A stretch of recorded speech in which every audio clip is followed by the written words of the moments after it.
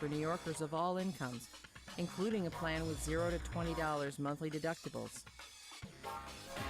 Find out more at metroplus.org. Remember, for more information about New York City government services, dial 311. Criminal record? You can work with that. I'm Human Rights Commissioner Carmelyn P. Malalas. It's now illegal for most NYC employers to ask about criminal records of job applicants in ads, applications, or in interviews before making a job offer. When employers consider qualifications first, more New Yorkers go to work. That makes businesses strong and powers our economy. To file a complaint or report a violation, and for employers who want free trainings on the law, contact the Commission on Human Rights by calling 311 or visit nyc.gov/humanrights. Comenzando el 1 de enero, hay una mejor manera de llegar al trabajo con la Ley de Beneficios de Transporte de la Ciudad de Nueva York. La mayoría de negocios con 20 empleados o más de tiempo completo en la Ciudad de Nueva York deben ofrecer un programa de ahorros para transporte al trabajo. Tanto los empleados como los empleadores ahorran. Llame al 311 para aprender más sobre esta ley.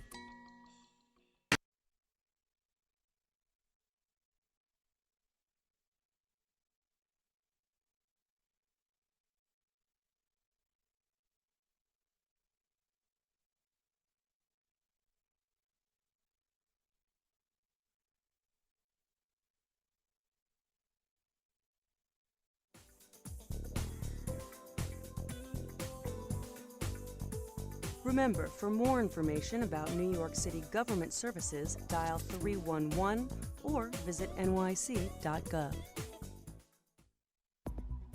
I'm Roy Mogolansky, Executive Director for the City of New York Office of Payroll Administration. Did you know city employees can save money on commuting expenses to work? When you sign up for the city's WageWorks Commuter Benefits Program, the funds for your commuting costs are set aside from your paycheck before taxes are taken out. So you pay less in taxes, up to $1,200 a year if you take mass transit, and up to $2,400 a year if parking is part of your commute. Visit getwageworks.com/NYC. Attention all New York City vendors. This is Lisette Camilo, Commissioner of the Department of Citywide Administrative Services. As of July 1st, 2016, email will be the primary way to notify vendors of available business opportunities for a request for bids and proposals. Be sure to enroll, update your business information, and include your email address in the Payee Information Portal at nyc.gov/PIP or call 311 for assistance.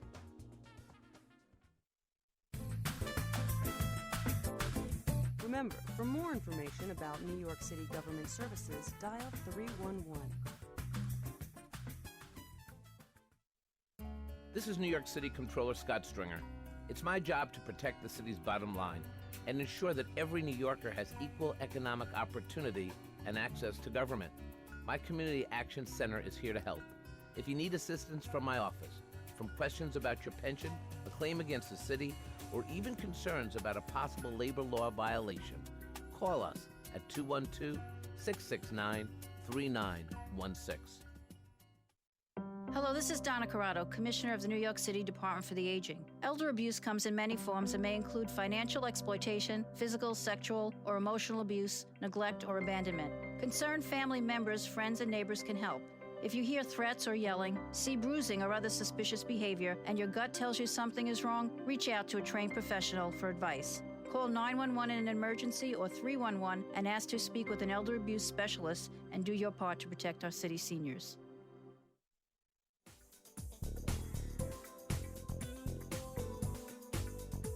Remember, for more information about New York City government services, dial 311 or visit nyc.gov. Did you know that NYC Health and Hospitals serves 1.4 million New Yorkers? Our health system includes hospitals, neighborhood health centers, nursing homes, and post-acute care centers. We are a home care agency and a health plan, Metro Plus. Our talented and diverse workforce is uniquely able to offer high-quality and culturally responsive health care to patients and families. Visit us at nychealthandhospitals.org. Brooklyn Bridge Park keeps getting better. Hi, I'm Regina Meyer, president of Brooklyn Bridge Park, and we're thrilled to welcome visitors to another exciting season on the Brooklyn waterfront. This summer, come visit our brand new marina, climb the bouldering wall at Main Street in Dumbo, or have a barbecue at the Picnic Peninsula. There is truly something for everyone. Visit brooklynbridgepark.org or call 311 for more information. See you at the park.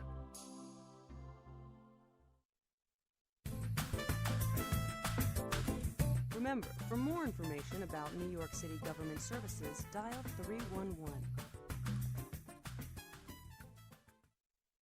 Hello, this is Gladys Carrion, Commissioner for the city's Administration for Children's Services. Is your teen acting out, running away from home, skipping school, using drugs? Did you know that the city's Family Assessment Program, FAP, provides support to families who are struggling with their teenagers? FAP can help you reduce conflict and connect you to family counseling, substance abuse services, crisis intervention, and other supports. For more information, call 311. Hi, I'm City Controller Scott Stringer. As the city's financial watchdog, it's my job to root out waste, fraud, and abuse in city government, and I need your help. If you know of someone ripping off the taxpayers, of city property being wasted or misused, please let me know by making an anonymous call to 212-NO-WASTE. That's 212-669-2783.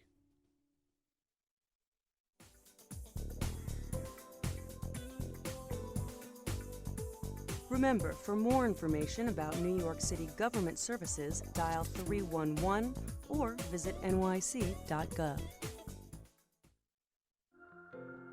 Hello, I'm Donna Corrado, Commissioner of the New York City Department for the Aging.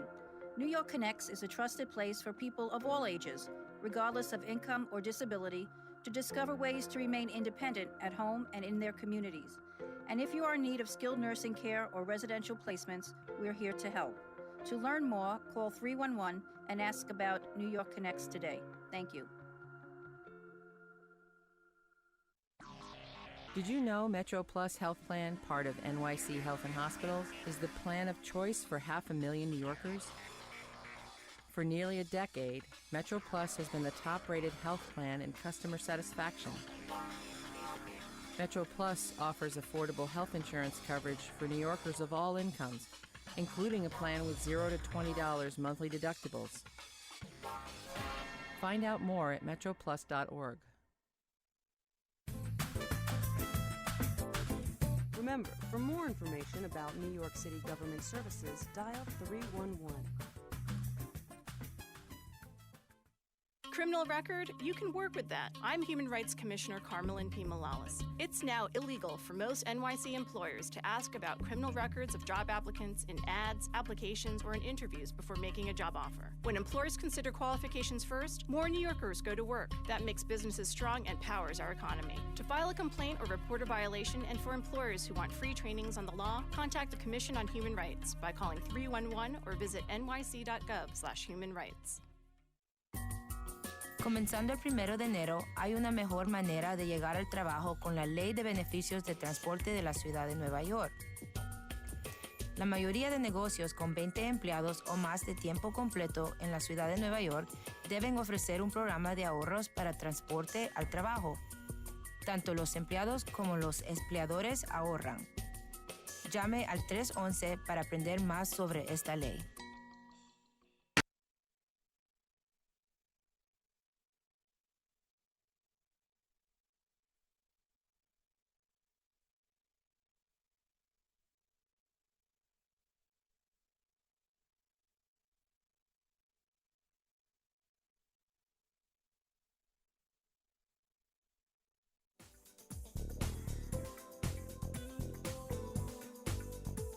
Remember, for more information about New York City government services, dial 311 or visit nyc.gov. I'm Roy Mogolansky, Executive Director for the City of New York Office of Payroll Administration. Did you know city employees can save money on commuting expenses to work? When you sign up for the city's WageWorks commuter benefits program, the funds for your commuting costs are set aside from your paycheck before taxes are taken out. So you pay less in taxes, up to $1,200 a year if you take mass transit, and up to $2,400 a year if parking is part of your commute. Visit getwageworks.com/NYC.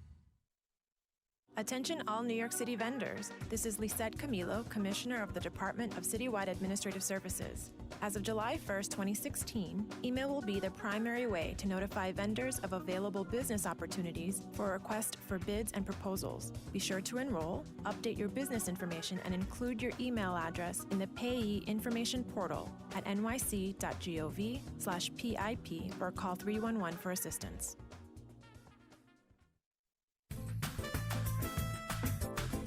Remember, for more information about New York City government services, dial 311. This is New York City Comptroller Scott Stringer. It's my job to protect the city's bottom line and ensure that every New Yorker has equal economic opportunity and access to government. My Community Action Center is here to help. If you need assistance from my office, from questions about your pension, a claim against the city, or even concerns about a possible labor law violation, call us at 212-669-3916. Hello, this is Donna Corrado, Commissioner of the New York City Department for the Aging. Elder abuse comes in many forms and may include financial exploitation, physical, sexual, or emotional abuse, neglect, or abandonment. Concerned family members, friends, and neighbors can help. If you hear threats or yelling, see bruising or other suspicious behavior, and your gut tells you something is wrong, reach out to a trained professional for advice. Call 911 in an emergency or 311 and ask to speak with an elder abuse specialist and do your part to protect our city seniors.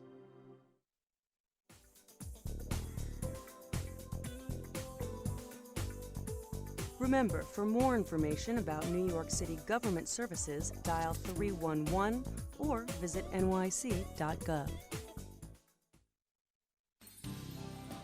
Did you know that NYC Health and Hospitals serves 1.4 million New Yorkers? Our health system includes hospitals, neighborhood health centers, nursing homes, and post-acute care centers. We are a home care agency and a health plan, Metro Plus.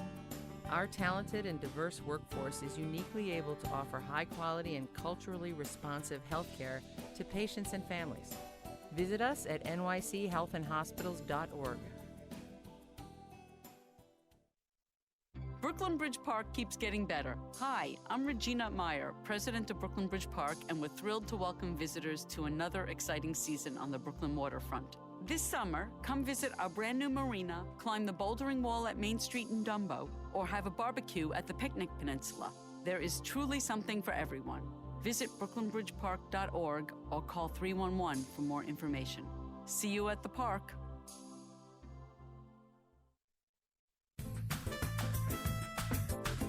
Remember, for more information about New York City government services, dial 311. Hello, this is Gladys Carrion, Commissioner for the city's Administration for Children's Services. Is your teen acting out, running away from home, skipping school, using drugs? Did you know that the city's Family Assessment Program, FAP, provides support to families who are struggling with their teenagers? FAP can help you reduce conflict and connect you to family counseling, substance abuse service. All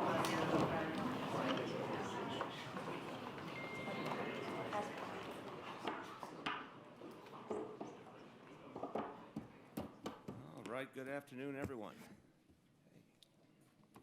Welcome to the hearing. We have a cast of thousands joining us. A lot going on today. All right, first we're going to talk about two bills that act on something very, very important for this city, which is they relate to our caregivers, people who play a very, very important role in the lives of their families. An intro 1081A requires the Department for the Aging to develop and conduct a survey of unpaid caregivers. Sponsor is Councilmember Margaret Chin. Now, caregivers, whether they're paid or unpaid, play a very important role. But when it comes to unpaid, this is a lot of people in the city who help their family members, help each other, and we need to do more to support them. We need to understand their situation better. This could include grandparents who watch after their grandchildren after school. Could include sons and daughters who look after a parent with Alzheimer's. Could include people who are struggling to balance their day job with caring for a loved one with a disability. That's a lot of people in the city who fall into those categories and similar categories. So no matter who they're caring for, they need our help and support. The survey required by this bill will help us to better understand the challenges faced by unpaid caregivers. And based on the findings, Department for the Aging will submit a comprehensive plan on how to address the needs of these New Yorkers. DFTA will also report on the plan's progress 2 years after it is issued. Now, next we have Intro 1084A, which establishes a division of paid care within the Office of Labor Standards at Department of Consumer Affairs. The sponsor is Councilmember Andrew Cohen. It's important that paid care workers, who are some of the most vulnerable workers in our workforce, it's important they know their rights, and it's equally important that we hold accountable anyone who tries to violate their rights. The new division of paid care will help raise the standards for paid care workers across our city in a number of ways. First, educating paid care workers and their employers about their rights.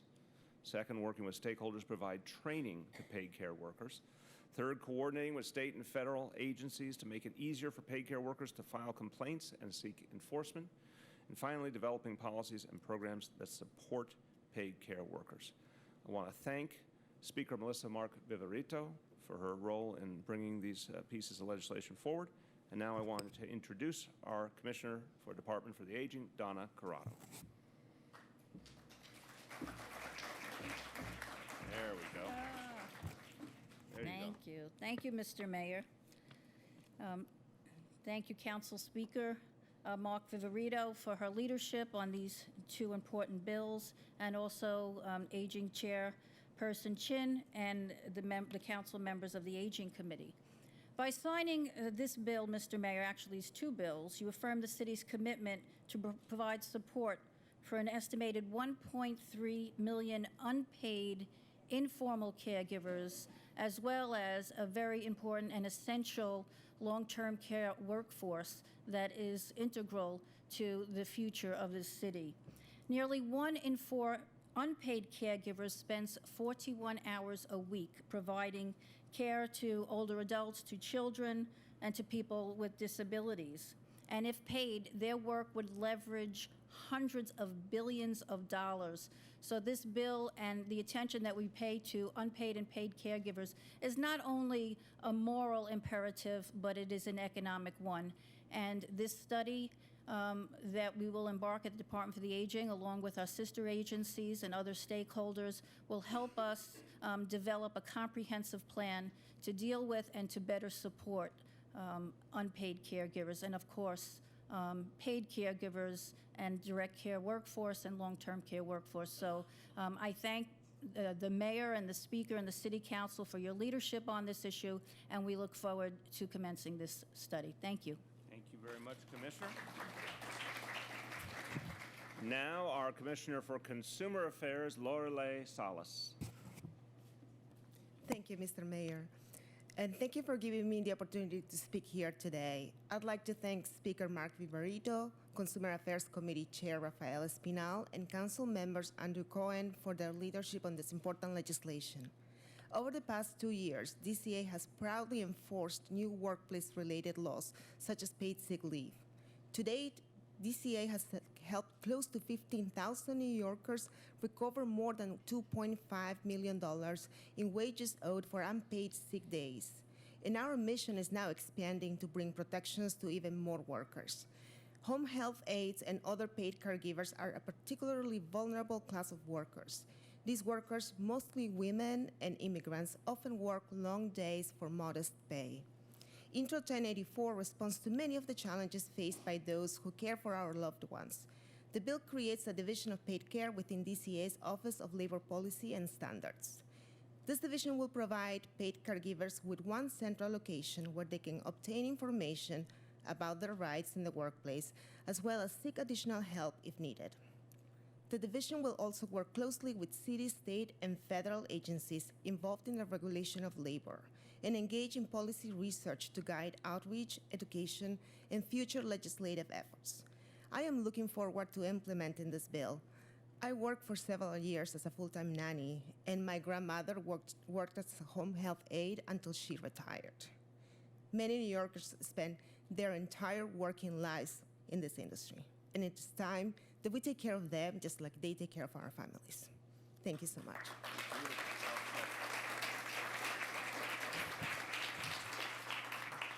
Now, the chair of the Committee on Aging and the sponsor of Intro 1081A, Councilmember Margaret Chin.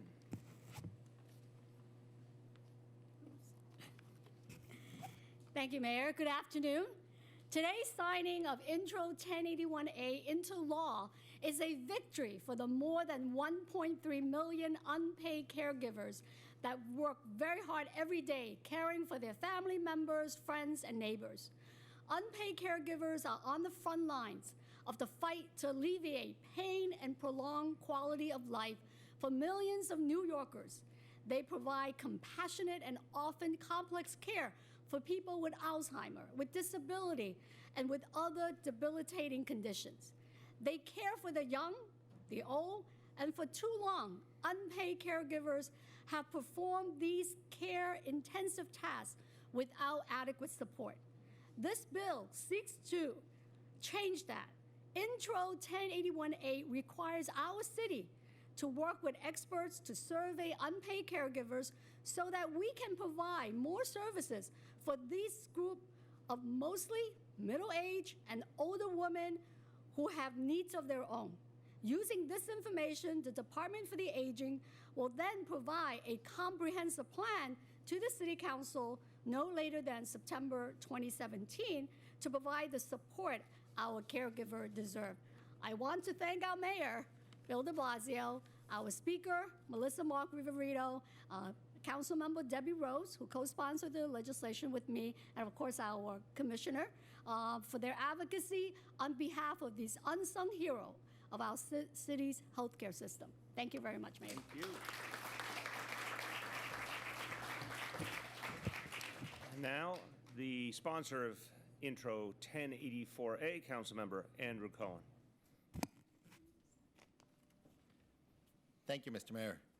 I'm really just very proud. I'm glad we were able to get this done. 1084, establishing the Division of Paid Care, really is going to bring safeguards to a very vulnerable population of workers. These are the people that take care of our parents and our children, and it's just really important that they have a single place to go, a single place for resources to get the help and support that they need to make sure that they're not exploited. I'm very, very pleased that we got this done. I'm pleased that the mayor is going to sign it. I really want to thank the speaker, my speaker, Melissa Mark Viverito, for her initiative and support in getting this legislation done. Councilmember Danique Miller and his committee for passing the bill out of committee, and our legislative staff, Ann Decker and Jason Breisenberg, for their help and support in getting this done. So thank you very much. Thank you. Well done. We have public testimony. I'm going to call up three people: Molly Weston Williamson, Allison Julian, and Tatiana Bahar. Please come up to the microphone right over there.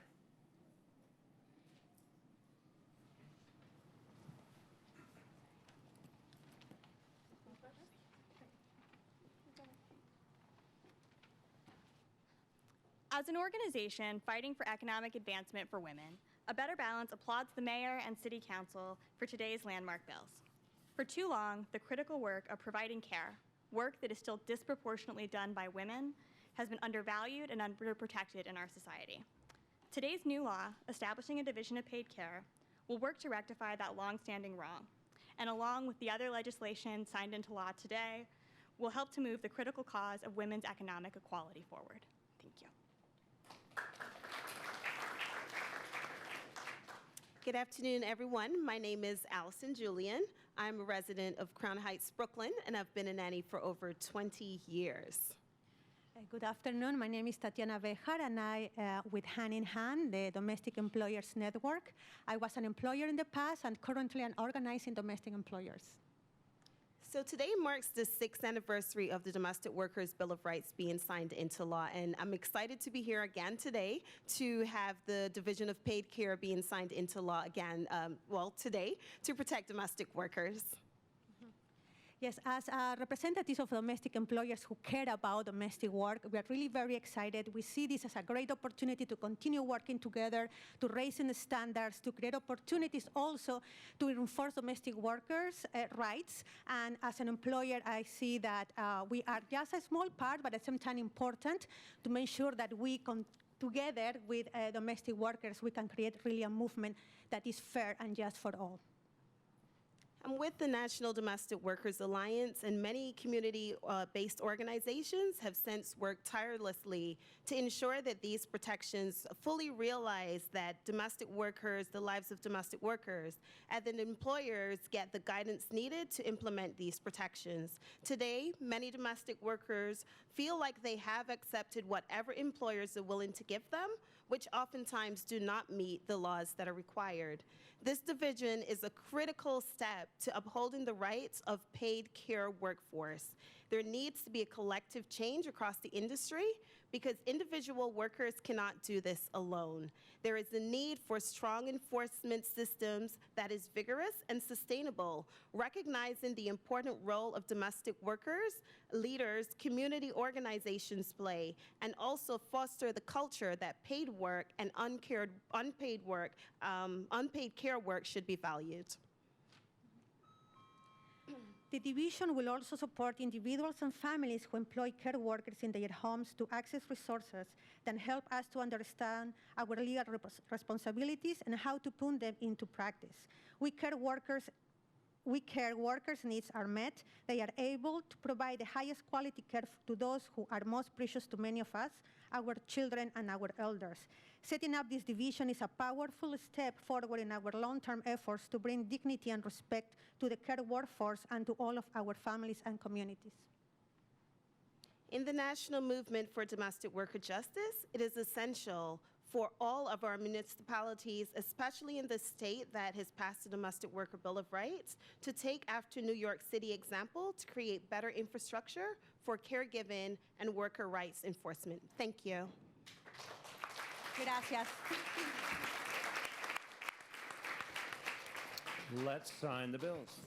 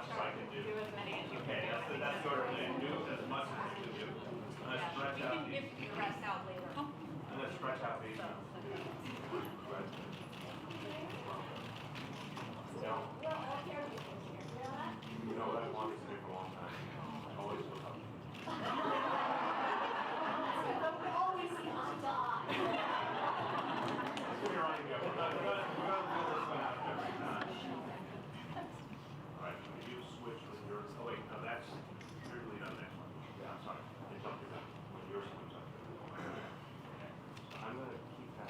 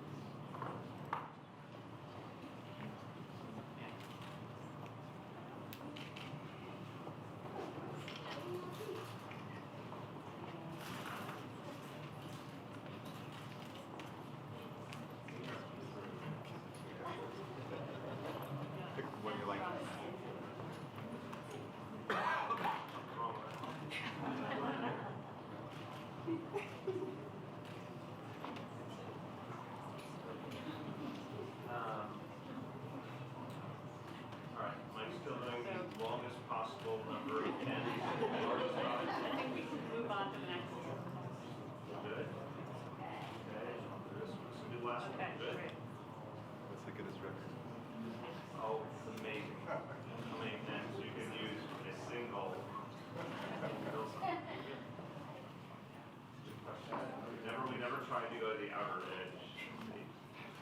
Okay. What am I doing here? So let's do the rest of this tray in the second tray. Rest of this trip. And Awesome. then 12 more. What?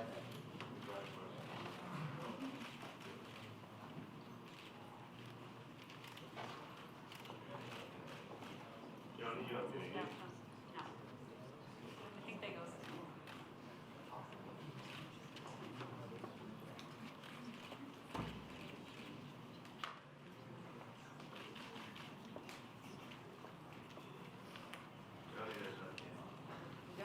Lay in the tray there. Okay.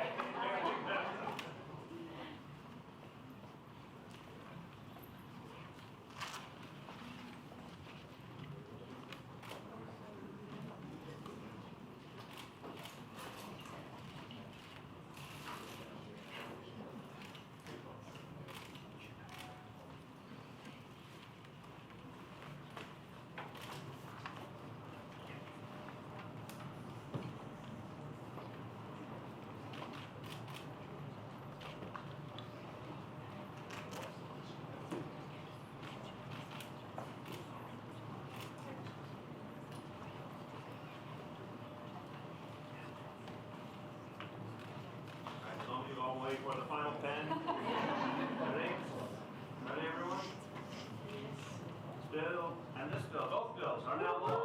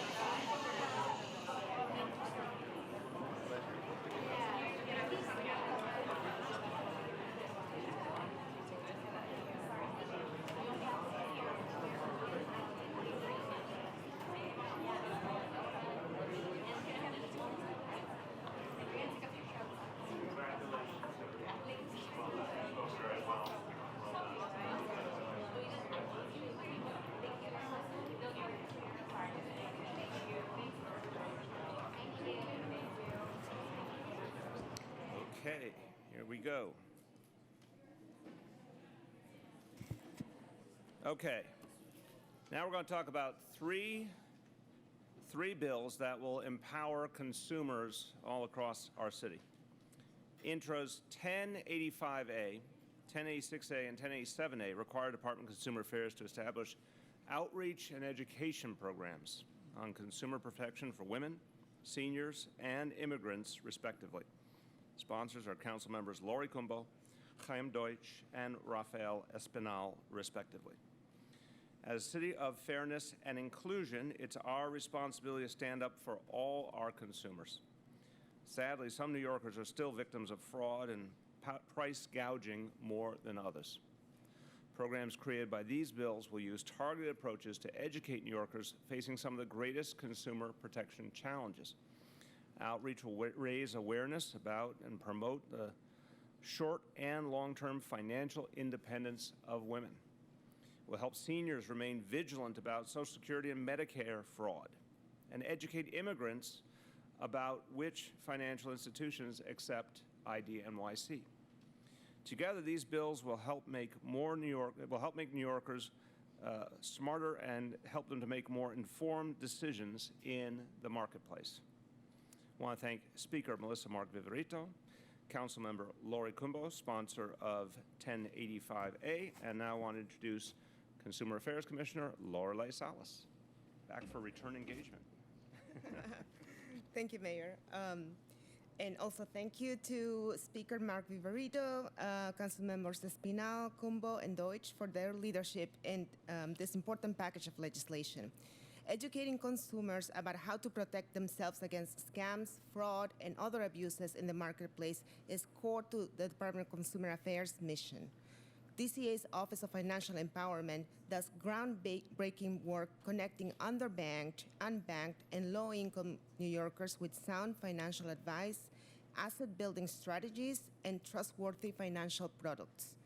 The agency also mediates complaints between businesses and consumers, issuing consumers tips and providing information to consumers on how to make smart decisions. Intros 1085, 1086, and 1087 move DCA one step closer to our goal of making consumer education accessible to all New Yorkers.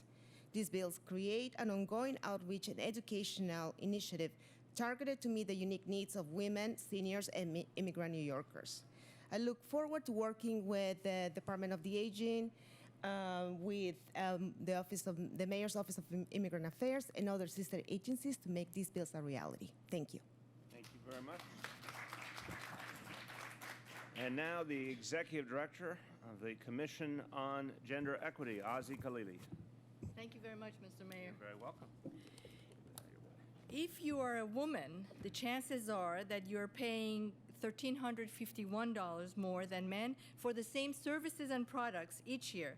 And at the same time, you're making 77 cents on the dollar for doing the same work. So we make less and pay more, and this is unfair. The good news is that the Department of Consumer Affairs and Mayor de Blasio's Commission on Gender Equity are tackling these discriminatory practices head-on.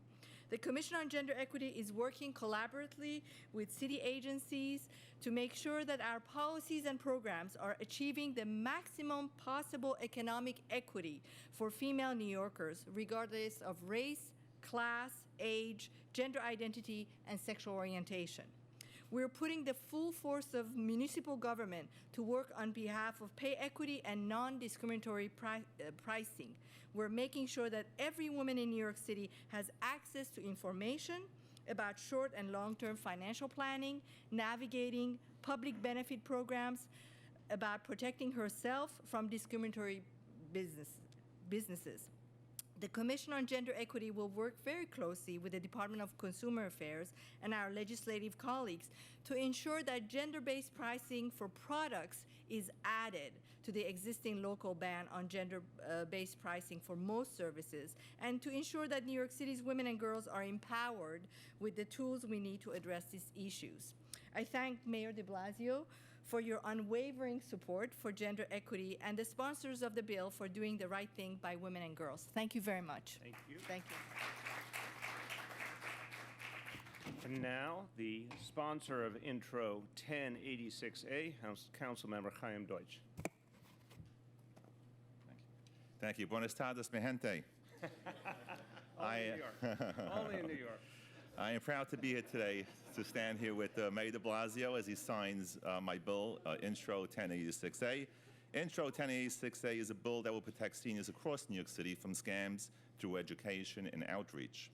Information will be posted through naturally occurring retirement communities and senior centers in order to explain to older adults that the caregivers about various types of scams, how to recognize fraud, and how to report it. This information will be available in the 7 most commonly spoken languages in New York City: English, Spanish, Chinese, Korean, Haitian, Creole, Russian, and Italian. 1 in 5 seniors fall victim of a scam. People over the age of 60 in America lose billions of dollars each and every year. This week I received a call in my office from an elderly person, 75 years old, that he won $2 million on a lottery. And in order to get his prize, he would have to send in $11,000. And he borrowed this money from family and friends, emptied out his bank account, and sent it in. And now, unfortunately, he's left with nothing except owing his family and friends that money. This bill will help people like this elderly constituent to recognize and report telemarketing scams before they lose their life savings. Seniors are more susceptible than any other age group to this kind of fraud, and Intro 1086 is an important step towards empowering those who are often targeted because of qualities that make them more susceptible to to those looking to cause harm for personal gain. So I want to thank my speaker, Melissa Mark Viverito, as well as my colleague in Consumer Affairs Committee, the chair, Rafael Espinal, and the New York City Legislative Division and my staff. And I want to say thank you. Thank you very much. Muchas gracias. And now, the chair of the Consumer Affairs Committee, you have to now start in Yiddish to really show parity here. Sponsor of Intro 10A7A, Councilmember Rafael Espinal. Good afternoon. I guess now I know why Chaim Deutsch was asking for lessons last night. But good afternoon. I'd like to thank Mayor de Blasio for signing this package of legislation that empowers the Department of Consumer Affairs to create consumer protection programs designed for women, seniors, and immigrants, groups that are most often targeted by scammers and other unscrupulous actors. Intro 10A7A, the bill sponsored by the Speaker and myself, would require DCA to provide outreach and education on consumer protection issues that affect immigrants. This program will be developed in consultation with the Mayor's Office of Immigrant Affairs and will provide information on consumer protection issues that affect immigrants, such as the risk associated with check cashing and money transfer businesses, immigration assistance services, tax preparers, as well as guidance on local institutions offering preferred products and services to immigrants and immigrant communities, such as community-based organizations and credit unions. As we all know, New York City is a big city, and in a city as big as ours and diverse as ours, we cannot take a one-size-fits-all approach to consumer protection programs. So I really want to thank the Commissioner of the Department of Consumer Affairs for all her work behind these bills. Also want to thank the Speaker who talked about these bills in her State of City address earlier this year. And I want to thank my colleagues for all the work they do. And for Laurie Cumbo, I know she sponsored 1085A. I know she would want me to say that, not only are women being paid 70 cents to the dollar, but they're also being ripped off, and we must do everything we can do to protect women in this city. So thank you. Thank you. All right, we're going to sign the bills.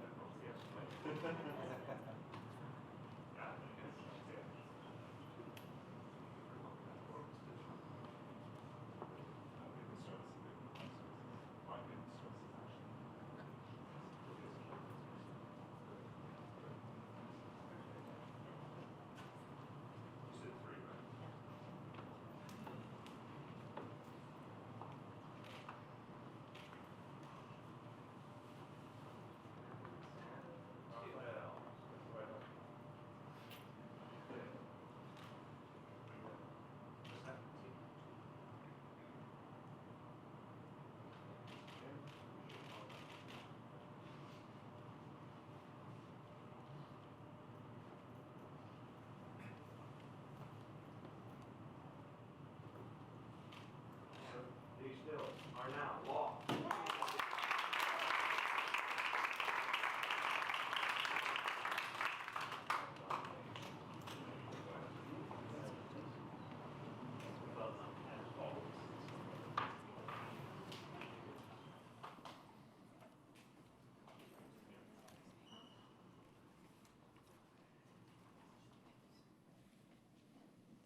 Okay. Next in the hit parade. Okay.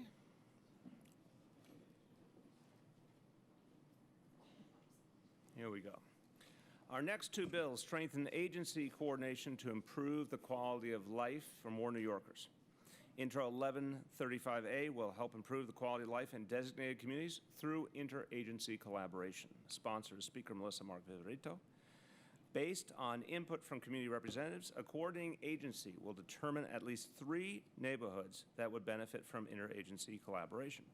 In these communities, a coordinating agency will work with other agencies to address quality of life issues like sanitation, transportation, and public safety. The coordinating agency will issue annual reports on their progress. Next, Intro 1150A establishes the Municipal Division of Transitional Services in the Mayor's Office of Criminal Justice. Sponsor is Councilmember Corey Johnson. This office will help ease the transition for those re-entering society after incarceration by ensuring they have access to a range of re-entry services. Whether that's help finding a job or housing or any other type of service, this office will also issue an annual report on its services, on its outreach efforts, and on the populations and neighborhoods it has served. I want to thank Speaker Melissa Mark Viverito, Director of the Mayor's Office of Criminal Justice, Liz Glazer, Councilmember Vanessa Gibson, the Chair of the Public Safety Committee. Now my pleasure to introduce Councilmember Corey Johnson. Thank you, Mr. Mayor. Thank you. Good afternoon. I'd like to thank Mayor de Blasio for having me here today for this bill signing. It's a privilege to be here as he signs into law Intro 1150, which will enhance services that our city provides to people transitioning out of our correctional system. This legislation is going to give New York City the tools it needs to end the cycle of incarceration for many of our citizens. When people leave our correctional system, the compassionate, the moral, and the smart thing to do is to make sure that they receive the social and medical services they need to be healthy, productive members of our communities. This kind of government service has the potential to change the course of people's lives, lift up communities, and make our city a safer and fairer place. In that spirit, the Municipal Division of Transitional Services that will be created as a result of this bill will be tasked with coordinating and managing our city's reentry services so they're delivered efficiently and comprehensively. It will also conduct education and outreach so that no New Yorker in need of these services is left behind. Importantly, this office will also be responsible for setting long-term goals and strategies so that we never take our eye off the big picture when it comes to reducing recidivism. I want to thank Mayor de Blasio both for his support of this legislation and for being a champion of everyday New Yorkers who are too often overlooked and underserved. I also want to give a big thanks to Speaker Melissa Mark Viverito. In February, as Councilmember Espinal said during her State of the City address, the Speaker declared that our city will do better for people exiting our correctional system so we can reduce recidivism and give people the support they need to get back on their feet. The Speaker has been a tireless leader on this specifically, as well as on a wide range of criminal justice-related matters, and our city is a better place for it. It's been a pleasure partnering with her on this legislation, and I thank her and her outstanding staff for all they've accomplished in this area. I want to thank the Mayor's Office for Criminal Justice for their excellent work, as well as my Legislative Director, Louis Chilton Brown. I want to thank Brian Crow and Deepa Ambakar from the Central Staff, the Legislative Division at the Council. Together with the leadership of Mayor de Blasio and Speaker Mark Viverito, I'm proud of our efforts to making our city a place where everyone can thrive. Thank you very much. Thank you. You have any testimony? No. Okay, let's sign these bills.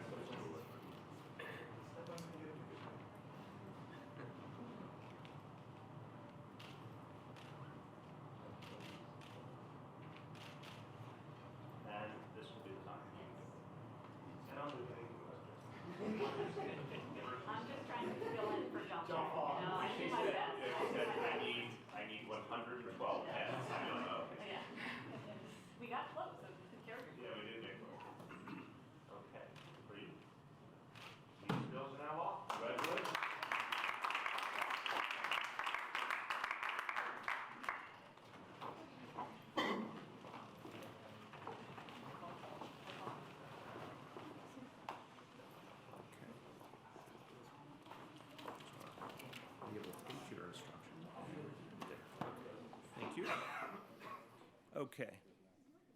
All right, next we have two bills that will help strengthen our waterfront and protect our water supply. Intro 507A reconstitutes our city's Waterfront Management Advisory Board. The sponsor, Councilmember Ben Kalos, and co-prime sponsor, Councilmember Debbie Rose, the chair of the Committee on Waterfronts.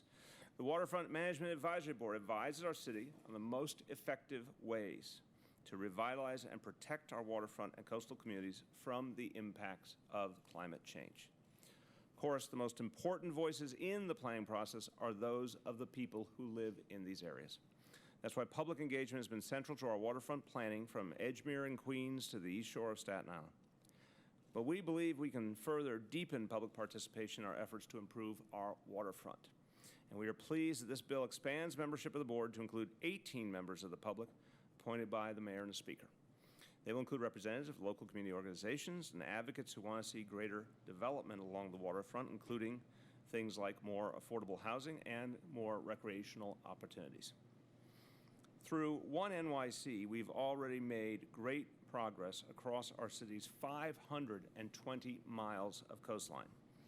We've begun every half hour round-the-clock Staten Island ferry service, and Staten Islanders can clap for that. And we're investing in a new citywide ferry service. We're creating the Brooklyn-Queens Connector to connect more neighborhoods to more jobs. And we're reinforcing and protecting public housing in flood-prone areas. As we build a more sustainable, resilient, and equitable waterfront across the 5 boroughs, we'll be counting on the voices of New Yorkers to help us. Next is Intro 446A. This bill will help to protect our harbor water from oil and natural gas waste. It bans certain oil and natural gas-related wastes from being released into any surface body of water in our city, and that includes our rivers and bays. It also prohibits using such waste on any city road or real property and in any city landfill. The sponsor is Councilmember Steve Levin. Waste created from oil and natural gas production, including hydrofracking, is a threat to our environment and health. So it has no place anywhere in our city, including the water we drink from and the roads we drive on. To be clear, the City of New York already doesn't use these harmful byproducts for anything that we do, including snow removal or de-icing. And while New York State's hydrofracking ban was necessary to preserve our city's water quality and infrastructure, this bill will further protect our water from toxic chemicals. I want to thank Speaker Melissa Mark Viverito, our Department of Environmental Protection Acting Commissioner Vincent Sapienza, Department of City Planning Director and New York City Planning Commission Chair Carl Weisbrod, the President of the Economic Development Corporation Maria Torres Springer, again the Chair of the Committee on Waterfronts, Councilmember Debbie Rose, the Chair of the Committee on Environmental Protection, Councilmember Costa Constantinides, and now I'd like to introduce Dan Zerilli, the Senior Director for Climate Policy and Programs for New York City and our Chief Resilience Officer. Thank you, Mayor de Blasio. Our waterfront has seen so much great change over the last several decades, and we continue to invest in things like citywide ferry to make sure that our vibrant coastal communities continue to be more vibrant and promote more economic development and job activity across the city. But as we've seen from things like Hurricane Sandy, those vulnerabilities on our coastline are growing just as much. And we need to make sure that we have effective waterfront management in order to continue to promote the right policies. That's what makes today's bill signing so important, is that we are expanding and reforming the Waterfront Management Advisory Board to bring more voices into the mix to help advise us on these programs, to really diversify the voices that come in from all of the communities that are across our waterfront. These reforms are going to continue to help us to make the right investments, complementing our One NYC investments, where we're spending over $20 billion to prepare our city for the effects of climate change and do that in a way that complements our neighborhoods and integrates into the neighborhoods that we hold so dear. So I just want to thank the mayor for his leadership, the speaker, Councilmember Callis and Rose for their leadership, and the countless city employees all over the agencies that are working tirelessly to continue to promote our waterfront and prepare for climate change.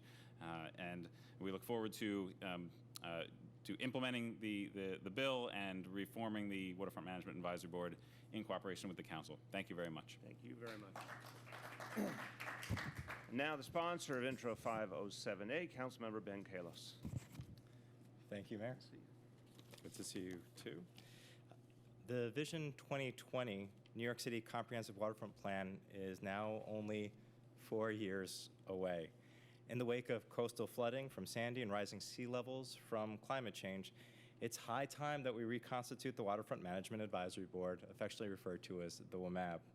It's a forum to connect city agencies with federal, state, and multi-state agencies, as well as industrial, commercial, residential, and recreational stakeholders. Among its missions is to protect millions of New Yorkers living along 520 miles of shoreline from climate change and to keep New York City on course for the future. Once signed, Introduction 507A expands its role and significance and once again makes it relevant in deciding how New York City protects and manages its valuable shorelines. The reestablished WMAB will assist and advise the city in producing regular plans on the development and management of the waterfront and track progress toward established goals. I'd like to thank Mayor de Blasio for signing, Speaker Melissa Mark Viverito for her vision, Waterfront's Chair Debbie Rose for her leadership and co-sponsorship, New York City's Chief Resiliency Officer Dan Zarilli, DCP Director of Waterfront Planning Michael Morella, as well as Matt Gawalb, Alex Polinoff, Chris Sartori, my Legislative Director, Paul Westrick, and our strongest advocate for our waterfront, Roland Lewis at the Waterfront Alliance. Thank you. All right, thank you. And now the sponsor of Intro 446A, Councilmember Steve Levin. Thank you, Mayor. Thank you, Mayor. Good afternoon. Thank you very much, Mr. Mayor, for welcoming us to discuss this important legislation today. I am proud to sponsor Intro 446A, a bill to protect New York City communities from toxic pollutants and safeguard our water, a natural resource that we all rely on to survive. This is the first municipal legislation in the nation that comprehensively bans the use of discharge of natural gas and oil waste products, including from hydraulic fracturing.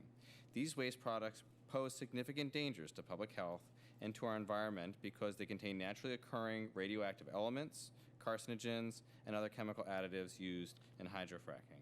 In order to prevent harmful pollutants from entering our wastewater treatment plants and making their way into our waterways, this bill prohibits their application to real property or landfill located within the city and makes it unlawful to use toxic brine in city road maintenance. I want to thank the mayor, Acting Commissioner Vincent Sapienza of DEP, and Commissioner Catherine Garcia of the Department of Sanitation. I want to acknowledge Deputy Commissioner Eric Landau of DEP, as well as City Legislative Affairs, especially John Paul Lupo, Rick Rodriguez, and Nick Howie. I would also like to thank Speaker Melissa Mark Viverito, my colleague, Environmental Protection Committee Chair Costa Constantinidis, as well as our excellent legislative division, Laura Popa, Ed Atkin, Samara Swanston, and William Murray. I am further grateful to my staff, Julie Barrow, Lisa Bloodgood, Edward Paulino, and Jonathan Boucher. I have been honored to work with a team of dedicated stakeholders to build momentum around this bill, especially Ling So of United for Action, Mary Ann Sullivan of the League of Women Voters, Sean Dixon of Riverkeeper, Alex Beauchamp of Food and Water Watch, and many more. A clean environment is essential for our health and safety, and it's critical that we take bold steps to protect our precious natural resources for generations to come. And I just want to acknowledge the great work that DEP does in protecting really what we have is the best drinking water in the entire country, and it is such a valuable thing, and I really tip my hat to their continued vigilance and great work to protect that resource. Thank you very much, Mr. Mayor. Thank you.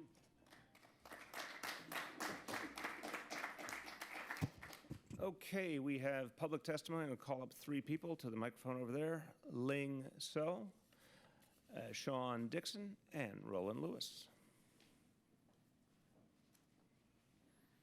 Well, good afternoon. Thank you, Mayor. I'm Ling Zhou, co-founder of United for Action, a grassroots environmental advocacy group based in New York City. We are very excited about Intro 446A. This bill will ensure toxic and radioactive fracking waste is never accepted in New York City wastewater treatment plant, landfill, or used on our roads, thus protecting all the people in New York City from being exposed to the harmful effects of fracking waste that could contaminate our air and water. We hope this will send a strong message to our state and federal governments to follow the example of New York City to protect the public health of our people.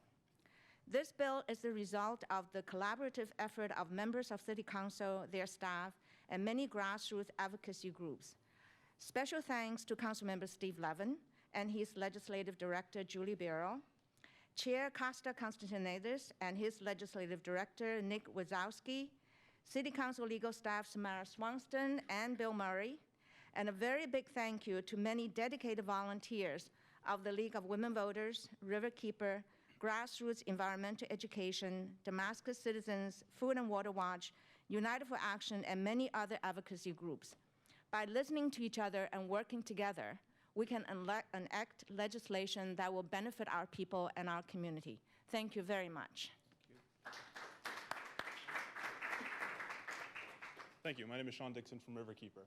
With today's bill signing, we're once again faced with the fact that New York City is one of the greatest cities at putting its waterways, its people, its environment, and everything that we protect from Jamaica Bay to our drinking watershed first. That's going to protect us and our future generations, and it really is something that sets a high bar for the rest of the country, for cities and states around the United States, to take this municipal ban on the use and disposal of all of these toxic and radioactive waste products of the oil and gas sector and keep them out of our environment and away from our people. We look forward to the day that New York State follows our lead and enacts a similarly comprehensive ban across the state. And I'd like to thank the City Council and the Mayor for passing this bill today. Thank you. Mr. Mayor, Councilman Kalos, and in absentia, Chairwoman Rose, I want to thank you for reinstating the Waterfront Management Advisory Board. I think a new, robust board will be a great tool for the city to address probably the greatest opportunity the city has, I think, our harbor. Still, I think we're scratching the surface. I think in a generation's time, people will move to the city because of its harbor. It's a place where, for education, as you've led us with for greater transportation, the Citywide Ferry Service, I think, is a game changer. For education, the Billion Oyster Project is a great example of that. There are so many things that we can use this harbor for that we haven't yet, and for jobs. It's an economic development engine. And it's also our greatest challenge, of course, as you both mentioned before. It's an existential challenge in climate change as Coastal City has to deal with it. So having this brain trust with you through the Waterfront Management Advisory Board to help your agencies, officials like Dan Zerilli, Michael Morello, and many others, to come up with solutions and to look beyond. Our organization and many other organizations look all around the world. I'm going to Scotland in a few weeks to talk about other waterfront with other waterfront leaders. I will bring back ideas. And there are many other organizations that will have that kind of reach to inform the policy of this city and this region. So again, thank you for making this board a reality again, and we hope to be helpful as we can. Thank you very much. And now let's sign the bills.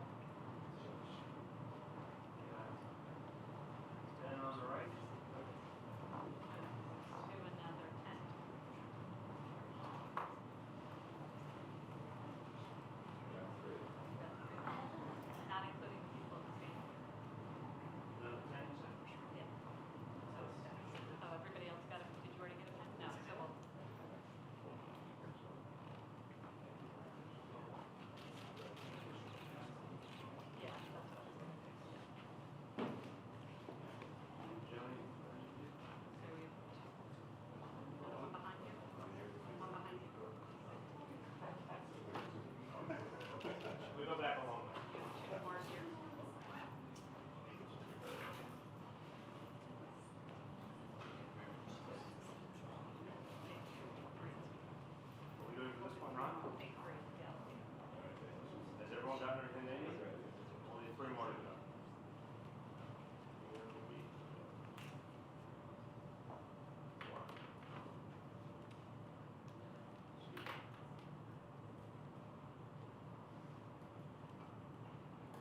These bills are now law.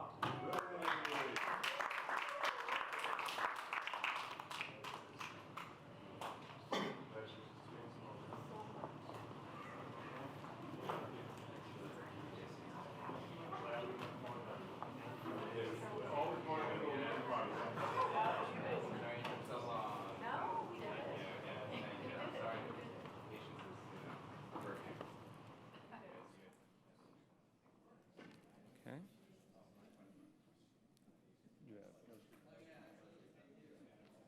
Till the bitter end. I like that.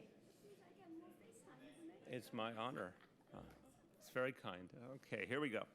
Last, we have a bill that makes a technical change to Local Law 57. Intro 1194 clarifies the responsibilities of youth baseball leagues, a topic near and dear to my heart, with respect to defibrillators. The sponsor, Councilmember Stephen Matteo.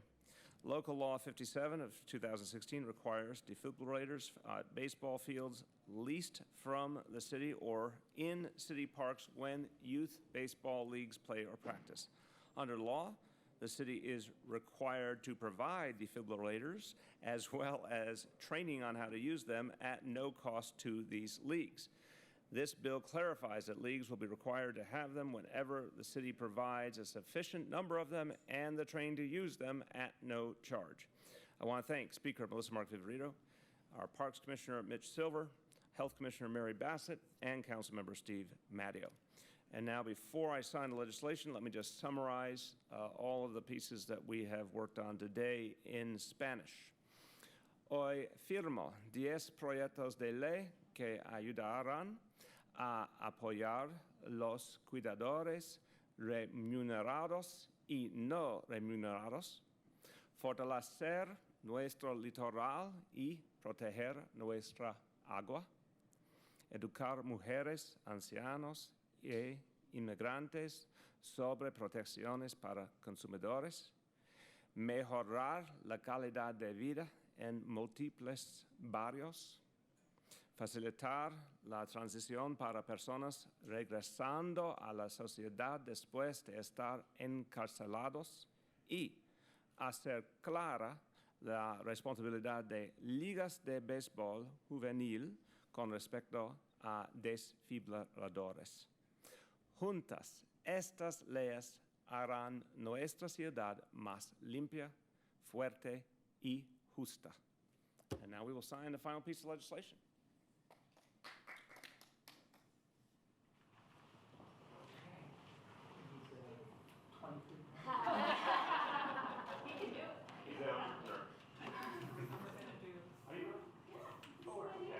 Councilmember Chin gets the first one.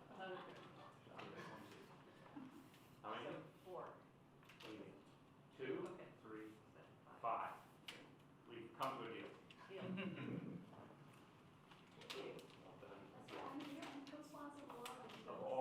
All the right ones. One. 2. Right, there's an observer. You got 2, right? 2 for you. 1. And 2. Bill is now law. Congratulations. And the hearing is adjourned. Well done, everyone. Thank you. On all the issues, I think. He does work very